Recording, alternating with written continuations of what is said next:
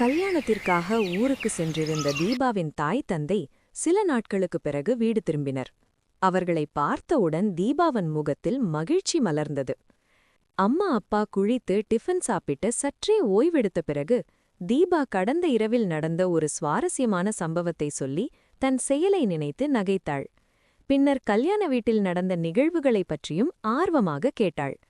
அவர்களும் மகிழ்ச்சியுடன் சில அனுபவங்களை பகிர்ந்து கொண்டார்கள். அந்த சூழலில் தீபாவின் திருமணத்தைப் பற்றிய பேச்சும் மெதுவாக தொடங்கியது. தீபாவின் அப்பா வேதமூர்த்தி மாப்பிள்ளை வீட்டாரைப் பற்றி விவரிக்க ஆரம்பித்தார்.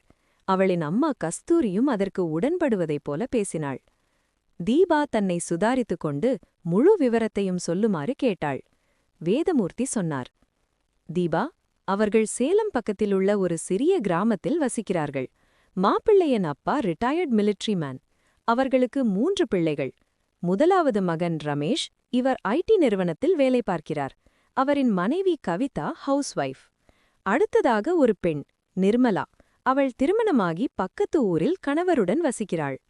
மூன்றாவதாக ஒரு மகன் தினேஷ். இவர் எம்எஸ்சி கம்ப்யூட்டர் சயின்ஸ் முடித்து தற்போது இராணுவத்தில் பணிபுரிகிறார். இந்த தினேஷுக்குத்தான் உன்னை பெண் பார்க்க வரமாமா என்று கேட்டிருக்கிறார்கள். உன் முடிவை தெரிந்து கொண்டு பதில் சொல்வதாக நாம் சொல்லியிருக்கிறோம். நீ என்ன சொல்றமா? தீபா சிறிது நேரம் யோசித்துவிட்டு, சரியப்பா, நான் ஒரு நாள் கழித்து பதில் சொல்றமா என்று சொல்லிவிட்டு அங்கிருந்து சென்றாள். வேதமூர்த்தியும் கஸ்தூரியும் ஒருவரை ஒருவர் பார்த்து கொண்டு அமைதியாக இருந்தனர். 2 நாட்கள் கழித்து தீபா தானாகவே வந்து அப்பா அம்மாவிடம் சொன்னாள். சரியப்பா, நான் கல்யாணம் செய்து கொள்ள தயாராயிருக்கேன். அவர்களை வர சொல்லுங்கள். வேதமூர்த்தி மிகுந்த மகிழ்ச்சியுடன், சரிம்மா, நல்ல நாள் பார்த்து அவர்களை வர சொல்றேன் என்றார்.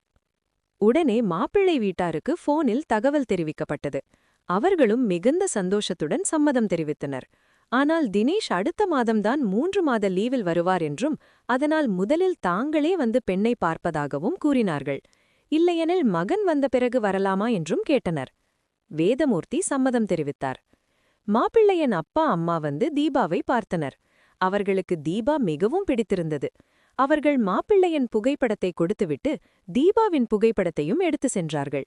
இரு வீட்டாருக்கும் ஒருவரை ஒருவர் பற்றிய நல்ல அபிப்பிராயம் உருவானது. பின்னர் தினேஷ் ஊருக்கு வந்ததும் அவனுக்கும் தீபாவின் புகைப்படத்தை காட்டினார்கள். அவனுக்கும் தீபா மிகவும் பிடித்திருந்தது. அதனை உறுதிப்படுத்திக் கொண்டு நல்ல நாளில் குடும்பத்துடன் பெண் பார்க்க வருவதாக போனில் கூறினார்கள். குறித்த நாளில் மஞ்சள், குங்குமம், பூ, பழம், வெற்றிலைப்பாக்கு தட்டுடன் மாப்பிள்ளை, அவனின் அண்ணன் அண்ணி, அப்பா அம்மா, அக்கா மாமா மற்றும் சில உறவினர்கள் தீபாவின் வீட்டிற்கு வந்தார்கள். அனைவரும் தீபாவை பார்த்து மிகுந்த சந்தோஷமடைந்தனர். பின்னர் இருவரின் சம்மதத்தையும் உறுதிப்படுத்திக் கொண்டு தாம்பூல தட்டுகள் பரிமாறிக்கொள்ளப்பட்டன. அதன்பின் தீபாவும் தினேஷும் தனிமையில் பேச அனுமதி கேட்டனர். பெரியவர்களும் சம்மதித்ததால் இருவரும் பேசினார்கள். தீபாவே முதலில், உங்களுக்கு என்ன பிடிச்சிருக்கா என்று கேட்டாள். தினேஷ் சிரித்தபடி ஓகே என்றான். அதேபோல் தீபாவும் தன் சம்மதத்தை தெரிவித்தாள். பின்னர் தினேஷ், நான் 3 மாத லீவ்ல தான் வந்திருக்கேன், அதனால் கல்யாணத்தை சீக்கிரமே நடத்தணும் என்றான். மேலும், ஆடம்பரமில்லாமல் கோவிலில் சிம்பிளா திருமணம் முடிச்சு ரெஜிஸ்டர் கல்யாணம் பண்ணிக்கலாம், உனக்கு சம்மதமா என்று கேட்டான். தீபா அமைதியாக கேட்டுவிட்டு, என்னுடைய எண்ணமும் அதேதான் என்றாள். கல்யாண செலவாகும் சுமார் 10 லட்சம் ரூபாயை அனாதை ஆசிரமங்களுக்கு உதவியாக வழங்கலாம் என்றும் கூறினாள். இதை கேட்ட தினேஷ் மிகவும் மகிழ்ச்சியடைந்தான். என்னுடைய எண்ணமும் இதேதான் என்றான். மேலும், வரதட்சணை என்ற பெயரில் எந்த பொருளும் நகைகளும் வேண்டாம் என்று தீபா தெளிவாக சொன்னாள். இருவரின் எண்ணங்களும் ஒன்றாக இருந்ததால் அளவில்லா மகிழ்ச்சியுடன் கைகுலுக்கிக் கொண்டார்கள். இந்த முடிவை இரு வீட்டாரின் பெரியவர்களிடமும் தெரிவித்தனர். ஆரம்பத்தில் சிறிது தயக்கம் இருந்தாலும் இறுதியில் தீபா தினேஷின் முடிவிற்கு அனைவரும் சம்மதம் தெரிவித்தனர். 1 வாரத்திலேயே நல்ல முகூர்த்த நாளில் கோவிலில் திருமணம் நடந்தது. அதன் பின்னர் பதிவு திருமணமும் செய்து கொண்டார்கள்.